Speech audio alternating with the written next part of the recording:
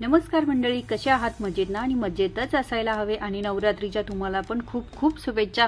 आता तुमच्या घरात आईला किंवा मम्मीला वगैरे कोणाला तरी उपवास असेल आणि तेच रोज साबुदाणा खिचडी वगैरे खाऊन खाऊन कंटाळा आला असेल ना, तर मी तुमच्यासाठी आज एकदम सुंदर अशी रेसिपी घेऊन आलेली आहे, जी आहे आपल्या भगरीची दशम्या किंवा तुम्ही भगरीचे थालीपीठ पण म्हणू शकता. अगदी सिंपल आहे, साधी सोपी रेसिपी आहे, अगदीच तोंडाची चव बदलणारी रेसिपी आहे. नक्कीच तुम्ही ट्राय करून बघा, नक्कीच तुम्हाला आवडेल.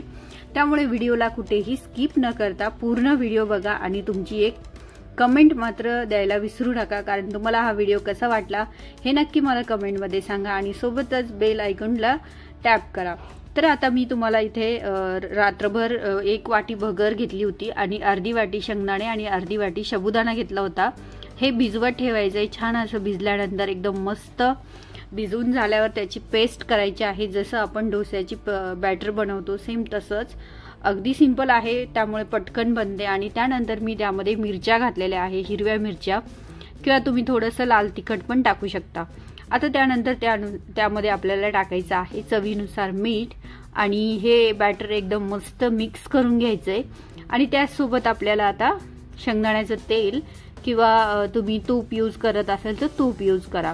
मस्त असं पॅनला टाकून घ्यायचंय, तेल गरम करून घ्यायचंय आणि मस्त कोणत्याही शेपमध्ये लहान मोठ्या तुम्ही बनवू शकता. एकदम मस्त बनतात, क्रिस्पी, आणि खायला तर इतके सुंदर लागतात. तुम्ही पण नक्की ट्राय करा मैत्रिणींनो, तुम्हाला ही रेसिपी नक्कीच आवडेल. आणि प्लीज मला कमेंटमध्ये सांगा की तुम्ही कोणत्या सिटीतून हा व्हिडिओ बघताय. आणि त्याचसोबत आपल्या चॅनलला लाईक, शेअर आणि सबस्क्राईब करायला मात्र विसरू नका. आता इथे मी पॅनमध्ये छान असं तेल गरम करून घेतलंय. आता तुम्ही शेंगदाण्याचं तेल किंवा तूप यूज करा आणि मस्त असं दोन्हीही बाजूनी खरपूस असे दशम्या आपल्याला भाजून घ्यायचे आहेत. इतक्या छान लागतात मैत्रिणींनो, तुम्ही नक्की ट्राय करून बघा.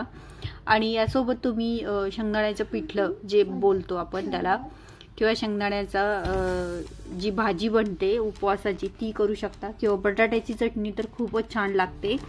आणि दुसरं म्हणजे आणखी एक, तुम्ही जर खोबऱ्याची चटणी खाणार असाल उपवासाला तर ती पण खूप छान लागते याच्यासोबत. आणि नक्की ट्राय करून बघा, इतकं सुंदर रेसिपी बनते. आणि अशाच नवनवीन रेसिपी बघण्यासाठी अश्विनीच्या चॅनलला फॉलो करायला विसरू नका. चला भेटूया नेक्स्ट व्हिडिओमध्ये. तोपर्यंत मस्त खा, स्वस्त रहा.